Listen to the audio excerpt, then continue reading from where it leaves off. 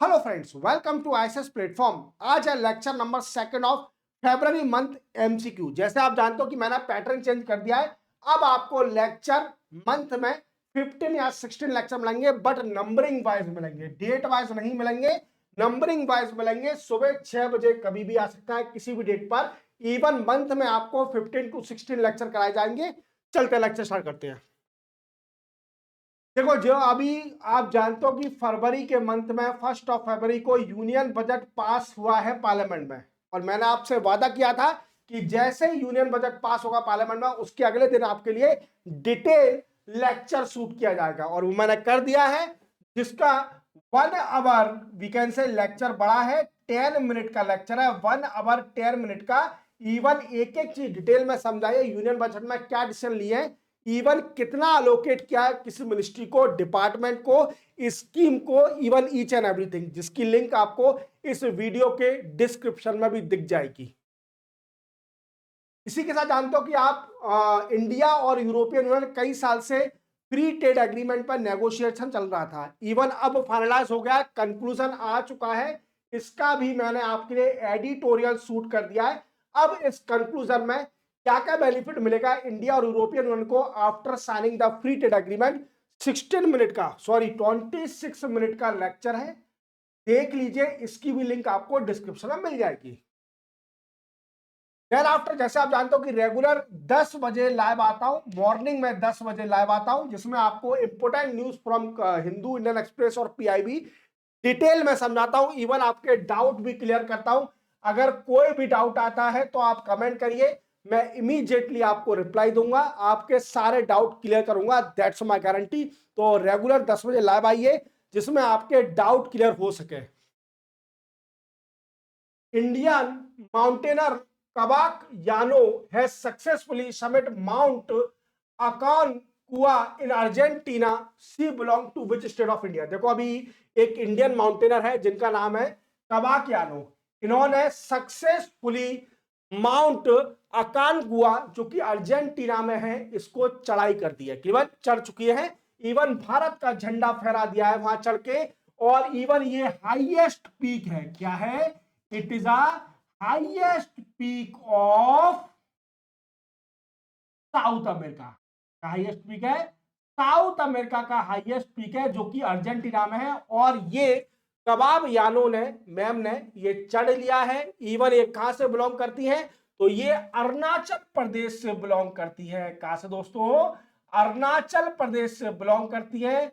और हमारे देश का नाम रोशन कराए कि दूसरे कॉन्टिनेंट में जाके भारत का झंडा फहराया है। तो that's a good thing, even proud movement to that particular girl. Clear? Arunachal Pradesh.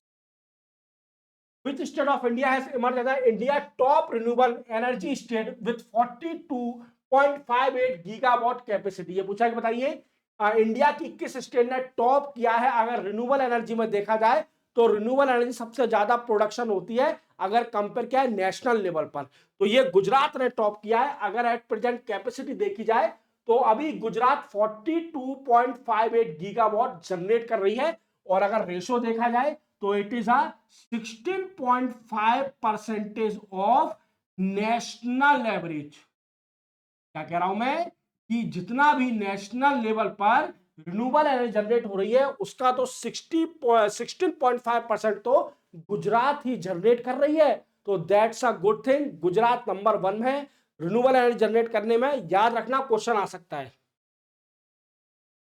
Which state of India has launched पायलो artificial intelligence voice based accounting app? देखो, अभी एक स्टेट ने पायलो आर्टिफिशियल इंटेलिजेंस, जो कि वॉइस बेस्ड अकाउंटिंग ऐप है, launch किया है। ये स्टेट कौन सी है? तो ये स्टेट है आंध्र प्रदेश। आंध्र प्रदेश ने लॉन्च किया है। याद रखना, ये करेगा क्या? तो बिजनेस को अलाउ करेगा, लेट बिजनेसेस मैनेज इनवॉइस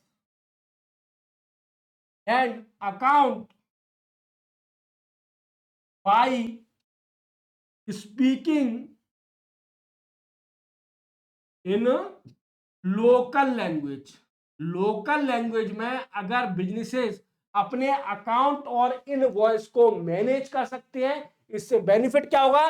तो इससे एमएसएमई में एनहांसमेंट होगा, बूस्टिंग होगी, बूस्टिंग एमएसएमईज, ट्रांसपेरेंसी एनहांस होगी हमारे देश की, वी कैन से बिजनेस की, और देश की तो होनी है, ट्रांसपेरेंसी एनहांस होगी, तो ये कई सारे बेनिफिट है। इवन डिजिटल इंक्लूजन भी होगा डिजिटल इंक्लूजन भी होगा इससे, तो इसके कई सारे बेनिफिट है। और आंध्र प्रदेश ने अभी artificial intelligence, pilot artificial intelligence launch किया है, तो ये क्वेश्चन इंपोर्टेंट है, याद रखना। Who has been conferred prestigious Crawford prize 2026? देखो ये पूछा कि क्राफोर्ड प्राइज 2026 अभी किसको मिला है, तो ये प्राइज इंपोर्टेंट है।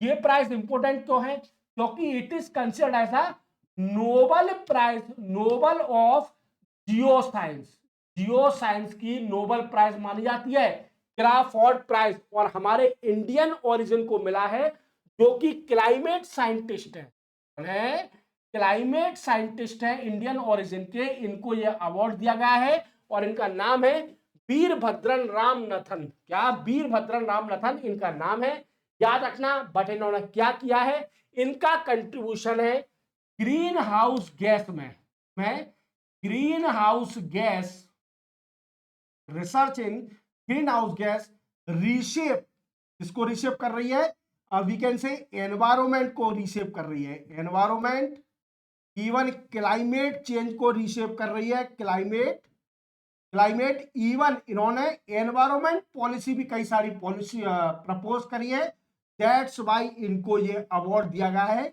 ये अवार्ड इंपोर्टेंट क्यों है?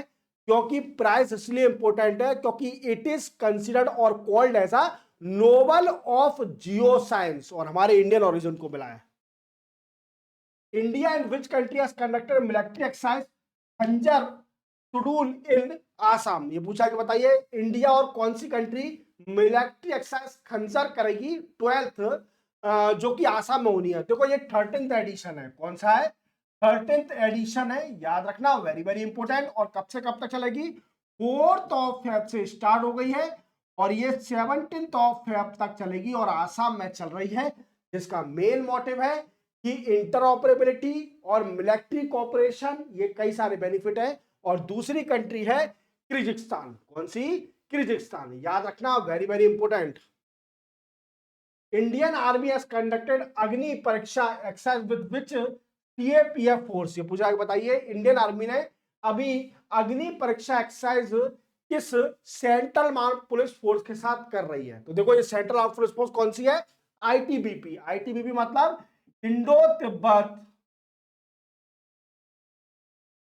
Border police force. जैसे आप जानते हो कि सीएपीएफ में वी कैन से कई सारी फोर्सें आती है, जैसे सीआरपीएफ, सीएसएफ, क्लियर, सीआरपीएफ आती है, बीएसएफ आती है, इवन सीआईएसएफ आती है, क्लियर, आईटीबीपी आती है, सशस्त्र बल आती है। तो ये कई सारी सेंट्रल आर्म पुलिस फोर्स है, क्लियर। तो ये अभी आईटीबीपी के साथ करिए, उसका मेन मोटिव है इंटीग्रेशन करना, क्लियर, आर्टिलरी इंटीग्रेशन, एनर्जी को एनहांस करना, दोनों का कोऑपरेशन इंडियन आर्मी और आईटीबीपी का, अगर चाइना से कोई भी इशू हो जाता है, क्योंकि आईटीबीपी डिप्लॉय क्या करी जाती है? चाइना इंडिया के बॉर्डर पर डिप्लॉय करी जाती है, और ये चाइना इंडिया के बॉर्डर को प्रोटेक्ट करती है।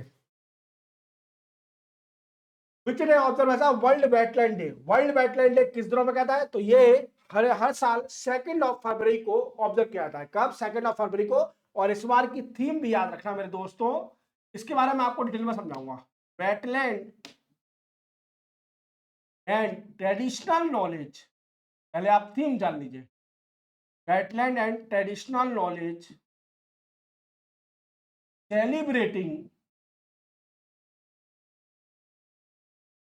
Cultural heritage, cultural heritage. क्या? Wetland and traditional knowledge celebrating cultural heritage, ये इसकी थीम है। अब क्वेश्चन बनता है कि सर इंडिया में कितनी वेटलैंड साइट है? अगर इंडिया की बात की जाए तो एट प्रेजेंट 98 वेटलैंड साइट है, जिनको इंटरनेशनली प्रोटेक्शन मिल रहा है। अब इंटरनेशनल प्रोटेक्शन कैसे मिलता है? तो इसके लिए कन्वेंशन साइन हुआ था, रामसर कन्वेंशन। कौन सा? रामसर कन्वेंशन, जो कि ईरान की सिटी है, यहां पर कन्वेंशन हुआ था 1971 में। कब? 1971 में, और इंडिया ने इसको साइन किया था 1982 में। इंडिया सिग्नेटरी हुई थी इसकी, याद रखना। तो वेटलैंड प्रोटेक्शन का भी दिन इंपोर्टेंट रहता है 2 फरवरी, और ये ज्यादा ही इंपोर्टेंट रहता है, याद रखना, क्वेश्चन आता है 100%। Which country top in responsible national index 2026? ये पूछा कि बताइए किस कंट्री ने टॉप किया है रिस्पॉन्सिबल नेशनल इंडेक्स 2026 में। तो ये सिंगापुर ने टॉप किया है, सेकंड नंबर पर स्विट्जरलैंड, थर्ड नंबर पर डेनमार्क, और इंडिया की रैंक है 16th। अब सर होता क्या रिस्पॉन्सिबल नेशनल इंडेक्स, क्या देखा जाता है? तो इसमें 3 डायमेंशन देखे जाते हैं। क्या देखे जाते हैं? 3 डायमेंशन देखे जाते हैं। 3 डायमेंशन कौन कौन से? पहला डायमेंशन देखा जाता है इंटरनल रिस्पॉन्सिबिलिटी। क्या? Internal responsibility. सर हमें समझ में नहीं आ रहा what is internal responsibility. Internal responsibility के अंदर जैसे social welfare, social welfare, welfare social welfare देना, इवन डेमोक्रेसी, डेमोक्रेसी को और स्ट्रॉन्ग करना, जस्टिस प्रोवाइड करना, empowerment of women. Then after दूसरा होता है एक्सटर्नल रिस्पॉन्सिबिलिटी। कौन सी? External responsibility. एक्सटर्नल रिस्पॉन्सिबिलिटी क्या होती है? एक्सटर्नल रिस्पॉन्सिबिलिटी का मतलब है मेरे दोस्तों, जैसे आपका cooperation, even diplomacy, relation other country से, that is also peace among country, that is called external responsibility. और तीसरा होता है एनवायरमेंट रिस्पॉन्सिबिलिटी। क्या देखा जाता है?